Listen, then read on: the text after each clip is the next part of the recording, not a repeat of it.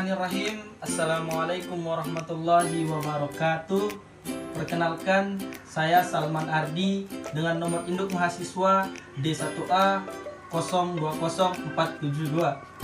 Sebelumnya saya mengucapkan banyak-banyak terima kasih kepada Bapak Haji Sofwan SHM dan Ibu Rizka Ari Amelia SHMH selaku dosen Hukum Tata Negara kelas G1.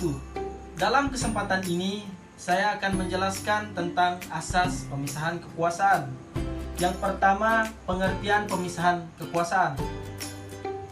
Pemisahan kekuasaan atau trias politika adalah proses menceraikan wewenang yang dimiliki oleh negara untuk memerintah, mewakili, mengurus, dan sebagainya menjadi beberapa bagian, yakni legislatif, eksekutif, dan yudikatif, untuk diberikan kepada beberapa lembaga negara untuk menghindari pemutusan kekuasaan atau wewenang kepada satu pihak atau lembaga atau lebih, yang lebih kita kenal sebagai sistem monarki. Selanjutnya, konsep pemisahan kekuasaan atau trias politika menurut Montesquieu. Menurut Montesquieu, yang merupakan seorang pemikir politik berkebangsaan Prancis, mengemukakan teorinya yang disebut trias politika dalam bukunya yang berjudul L'Esprit des Lois pada tahun 1748, yang menawarkan alternatif yang agak sedikit berbeda dari pendapat John Locke.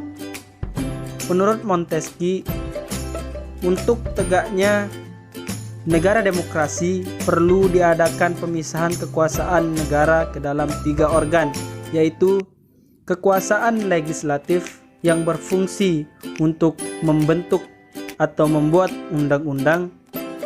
Yang kedua, kekuasaan eksekutif yang berfungsi melaksanakan undang-undang.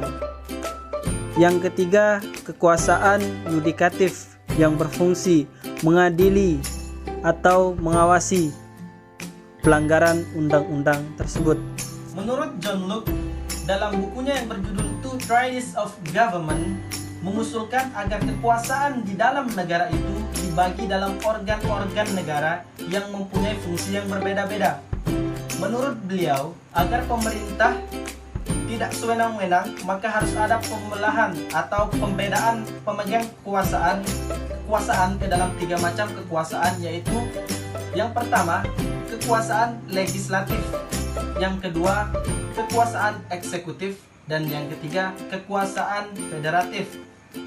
Dari pembahasan tersebut, saya memiliki satu pertanyaan untuk saudara kameramen. Mengapa John Locke menggunakan kekuasaan federatif? Waduh, nggak tahu tuh Kak, apaan tuh? Baik, alasannya mengapa John Locke menggunakan kekuasaan federatif adalah pada masa penjajahan, Inggris memiliki daerah atau negara jajahan yang sangat luas, sehingga untuk menjalin kerjasama dan mengontrol negara-negara jajahannya, maka Inggris memerlukan satu lembaga, maka dibentuklah lembaga federatif.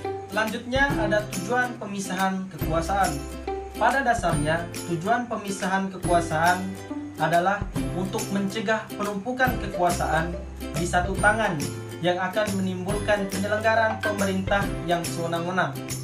Baik, yang terakhir ada trias politika atau pemisahan kekuasaan di Indonesia sendiri.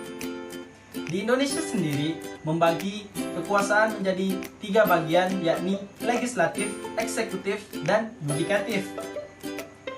Legislatif dalam hal ini Presiden, DPR, atau DPD yang berfungsi untuk membentuk undang-undang.